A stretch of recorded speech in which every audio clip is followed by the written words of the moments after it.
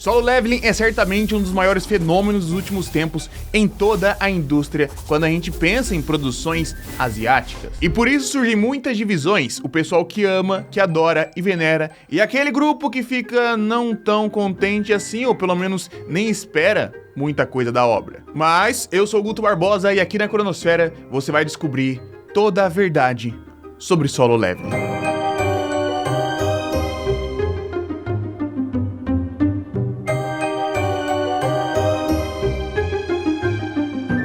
Esse conteúdo serve tanto pra você que já leu Solo Leveling e tá ansioso pra vinda no anime, quanto pra você que não teve nenhum contato e quer entender melhor sobre, ou você que talvez nem tenha ouvido falar. Mas precisa se inteirar nesse que é um dos maiores fenômenos de todos os últimos tempos. Solo Leveling é um manhwa, um quadrinho coreano produzido desde 2018, que teve seu encerramento agora em 23. E ele acompanha a história de Jin-woo, um homem que era extremamente comum, ou na verdade incomum, mas pelas suas características e suas capacidades baixas. Nesse mundo, 10 anos atrás, surgiu um certo portal mágico. Esse portal trouxe para essa realidade uma nova verdade. A magia existe e ela está por aí. E por isso, pessoas que desbravaram esses portais acabaram ganhando habilidades novas e foram conhecidos como os caçadores. Os caçadores basicamente desbloqueavam habilidades em si mesmos, e essas habilidades eram diferentes, distintas umas das outras, praticamente ali respeitavam as classes que a gente conhece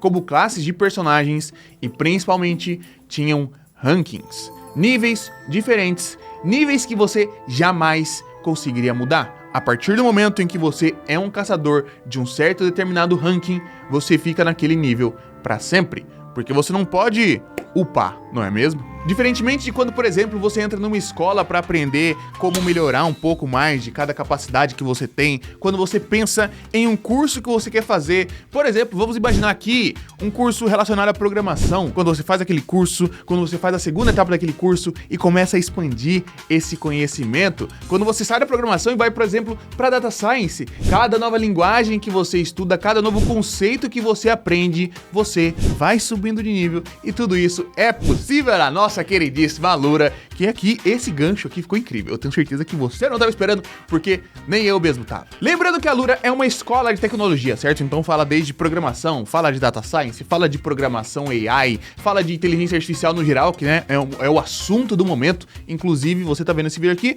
você possivelmente perdeu, né, o curso completamente de graça de inteligência artificial que foi oferecido pela Alura esses tempos atrás. Então você tem que ficar de olho em todos os vídeos. Mas assim, você entra nessa escola, você tem todo o suporte, você tem a comunidade do Discord para trocar ideia, professores que vão estar te ajudando, os alunos que vão estar te ajudando, tirando outras dúvidas, que vão estar junto com você nessa caminhada, estudando juntos. E lembrando que você pode fazer todos os cursos da escola. Você faz essa assinatura, então tudo está na sua mão para você upar o seu nível como você quiser. Então, enfim, tem esse link que está na descrição com desconto. Use esse link para você pegar o desconto. Tem gente que vai assinar e esquece de usar o link. Clica nesse link.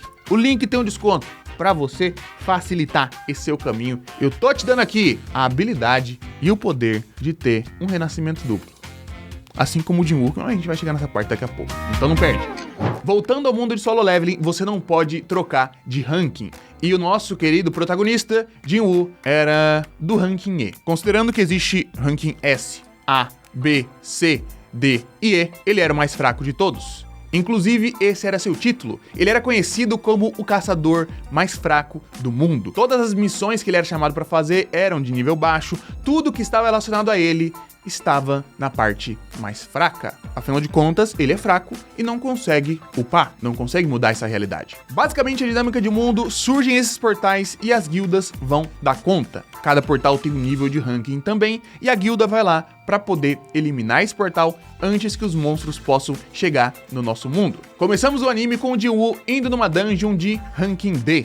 Isso já era uma dungeon bem fraca, então seria uma grande dificuldade para as pessoas de baixo nível que estavam lá também. E aí a gente pode ver um pouco sobre o protagonista. Ele é meio determinado, ele continua fazendo as missões, principalmente porque ele tem um passado. Ele tem uma mãe que precisa de cuidados médicos e ele precisa de dinheiro. E, né, essa seria uma das possibilidades. Afinal de contas, ele é realmente muito mais forte que um humano comum. Mas todos os caçadores o conhecem realmente como sendo o mais fraco. No meio dessa dungeon, as pessoas não têm nenhuma dificuldade para eliminar os monstros e para sair ali sem problemas algum. Fora o Jinwoo que, né, passa algum tipo de probleminha por ali, mas essa não é nem a questão. A questão é, a dungeon era de nível D, era para ser eliminada com facilidade. Porém, tem uma porta secreta. Tem uma outra porta de dungeon dentro daquela dungeon. E a guilda decide entrar. Eles entram naquela caverna e avistam figuras. Poderosíssimas estátuas imponentes que parecem olhar e subjugá-los, sem que eles entendam o que está acontecendo. Em uma lápide é visto que existem mandamentos, e a porta que está atrás deles fecha. No momento que a porta se fecha, os caçadores ficam aflitos e tentam fugir, mas sempre que alguém se aproxima da porta, uma das estátuas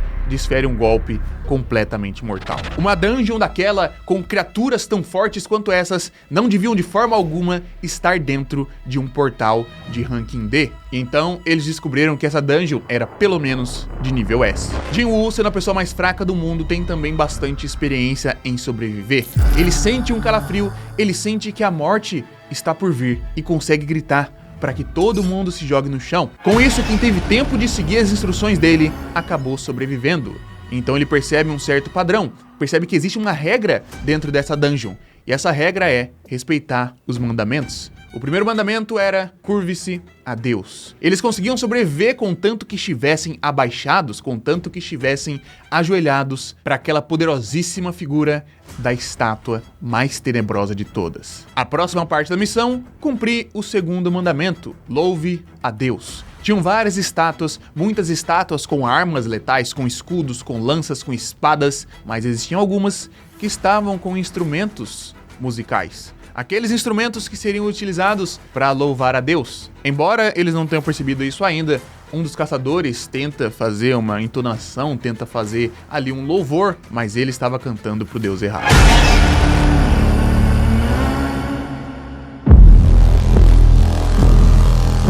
Jinwoo estava acompanhado e tentando proteger a sua amiga healer, sua amiga curandeira, que estava com ele o tempo inteiro, que é uma pessoa de um nível muito acima. Ela é de ranking B, só que ela sofre de um certo trauma. Sempre que ela sente um medo absurdo, o corpo dela não consegue se mexer de jeito nenhum. Então ele passa por muitos perrengues para conseguir protegê-la, para conseguir colocá-la numa situação de segurança, e eles passam finalmente dessa etapa. Mas Jinwoo acaba perdendo parte dos seus membros. Nisso, muitas pessoas estão sendo aniquiladas de maneira assim completamente cruel e sanguinária. Aquelas estátuas não estão pensando em nada, estão apenas executando, tal qual o seu Deus manda. E o último mandamento dizia: prove sua fé. Então o altar aparece. Eles precisam todos se posicionar em cima desse altar e a porta se abre. Então eles começam a fugir, mas a porta só vai se manter aberta se alguém estiver lá em cima. E tem um tempo para que aquelas estátuas voltem a atacar. E claro, depois de uma situação complicada, de muitos dilemas morais, Jinwoo acaba ficando para trás. E ali ele é brutalmente assassinado pela estátua. Porém, alguns segundos antes de seu coração parar de bater,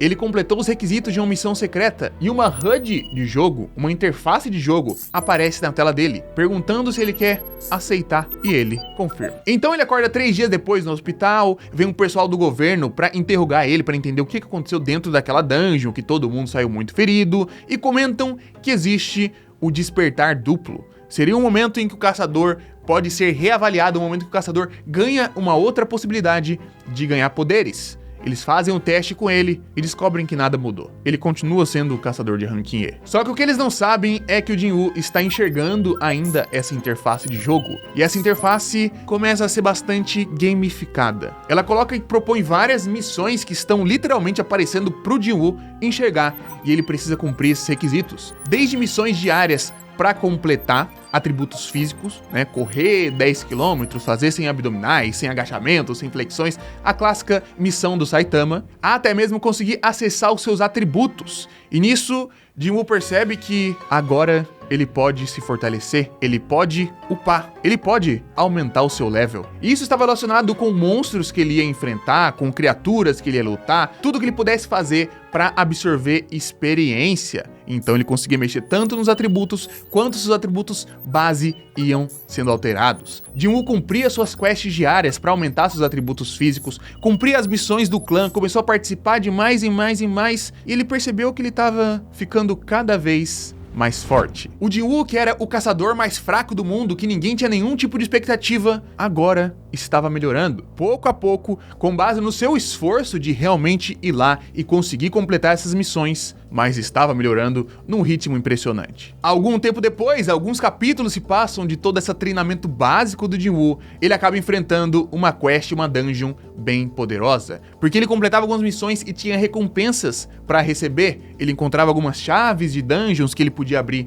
só para ele e tudo mais, e nessa ele enfrenta monstros extremamente poderosos de um jeito ali absurdo. E no final ele acaba liberando a sua classe. Jinwoo o tempo inteiro usou espadas e gostava de adagas. Ele upou todos os seus atributos relacionados à força, destreza, nem chegou perto de tocar em algum ponto de inteligência, alguma outra coisa que precisaria de magia que ele nem sabe usar, mas a classe que ele foi atribuída é a de necromante. Ele pensou em recusar em primeira instância, mas o jogo comentou que essa era uma classe secreta, uma classe rara, e então ele repensou. Porque um necromante consegue montar um exército que supre as suas fraquezas. Se ele for um cara que usa adagas, que é rápido, mas que não tem muita vitalidade, o necromante consegue um exército com muita vida. Se ele não consegue usar magia, se ele não consegue usar poderes, o necromante pode conseguir um exército de magos. Então ele pensou que assim seria melhor para solo leveling. Então chegou à conclusão que a classe de necromante seria perfeita para continuar upando sozinho. Afinal de contas, ele poderia ser um exército de uma pessoa só, liderando muitas e muitas sombras poderosas. E nesse momento, ele crava a sua frase, a frase que será mais impactante e mais forte dos próximos anos: erga-se. Então, grande parte da história de Solo Leveling tem essa premissa. Tudo isso que eu contei pra vocês acontece no primeiro quarto da história, ou até mesmo um pouco menos, e depois disso ele vai upando, vai ficando mais forte, vai explorando outras dungeons, vai enfrentando outros inimigos de uma maneira esplêndida, e então pegando as suas almas para compor o seu exército de necromante. E durante esse vídeo vocês viram, mas por enquanto a arte não estava tão especial assim. O Manhwa de Solo Leveling é realmente bonito desde o começo, mas quanto mais vai passando o tempo, mais absurdo se torna o nível da sua arte. Eu acho que esse é o ponto diferencial do Solo Leveling que fez com que fosse esse sucesso absurdo realmente. Uma arte absurda com cenas de ação o tempo inteiro. Cenas de ação de ponta a ponta e uma ação muito bem desenhada, muito bem estruturada, enquanto a gente vê personagens se regaçando na porrada. Por isso surge muito medo quando a gente pensa no anime de Solo Leveling e até mesmo na própria qualidade da obra. O anime foi adiado, né, ia ser lançado esse ano de 23, vai ser lançado apenas em 24, porque, né, é uma dificuldade conseguir fazer um anime que tenha animação do nível, ou pelo menos correspondente ao nível que o manhwa tem como arte. Mas se você estiver me perguntando, Guto, o que você acha do Solo Leveling? Você acha que é bom? Guto, eu não gosto de Solo Leveling. Guto, eu gosto de Solo Leveling, eu acho a coisa mais incrível do mundo. Eu vou falar pra vocês a verdade. A verdade é que Solo Leveling é bom, mas pode ser terrível. Mas pode ser muito bom. Eu acho que, na verdade, esse é o tipo de obra que depende bastante da mentalidade que você tá quando você vai ler e o que você tá buscando.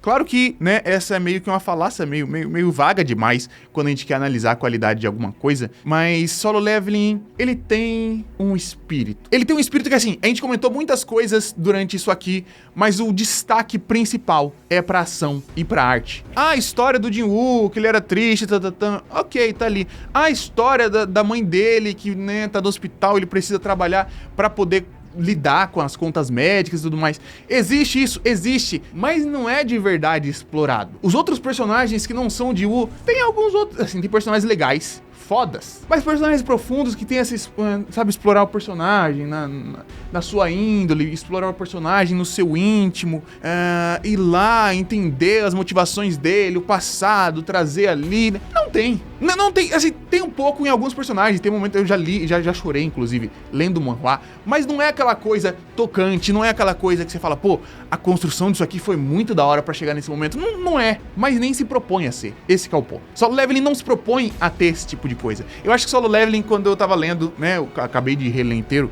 ele traz pra mim um espírito muito mais de Hellsing. Eu comentei isso no Twitter, teve gente que concordou, teve gente que ficou maluca. Mas assim, Hellsing, por mais que tenha... Hellsing tem um pouco mais de background, né? Mas Hellsing é da hora porque é estiloso, porque no caso do anime, do Ultimate, é bem animado, e porque você quer ver os caras saindo na porrada, a ação é da hora e o negócio é feito de maneira estilosa. Solo Leveling, em questão de cumprir esses atributos de Hellsing, encaixa bem. Ele é muito estiloso, o Jin-Woo principalmente é sempre muito estiloso, eu não digo nem do estilo da roupa, porque ele tá usando uma camisa preta na maioria do tempo, mas eu digo, a arte, ela se propõe em sempre mostrar as coisas de maneira cool.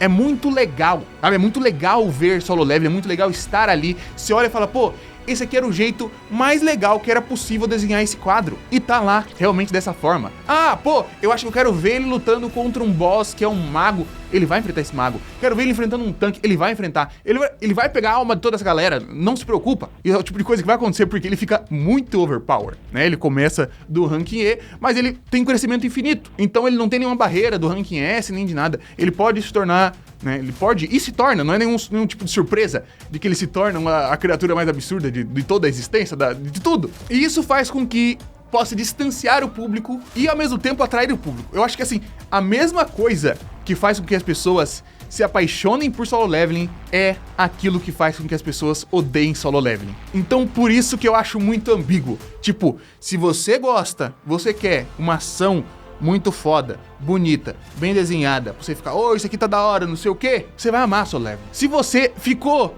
meio assim, sabe, enquanto tava descrevendo tudo isso, você vai odiar, porque não vai ter outra coisa muito além disso, né? Tem outras coisinhas, mas não é o ponto principal. Solo Leveling quer ser da hora, e ele consegue. Minha parte de crítica pessoal é que tem uns arcos ali finais que não são nem tão da horas, porque eles tentam, né? Eles tentam ser um pouco mais intensos com a história e Claro, tiveram uma tragédia no meio da produção e tudo mais. De qualquer forma, é uma obra que ame ou odeie. Deixa aí nos comentários de qual lado você tá.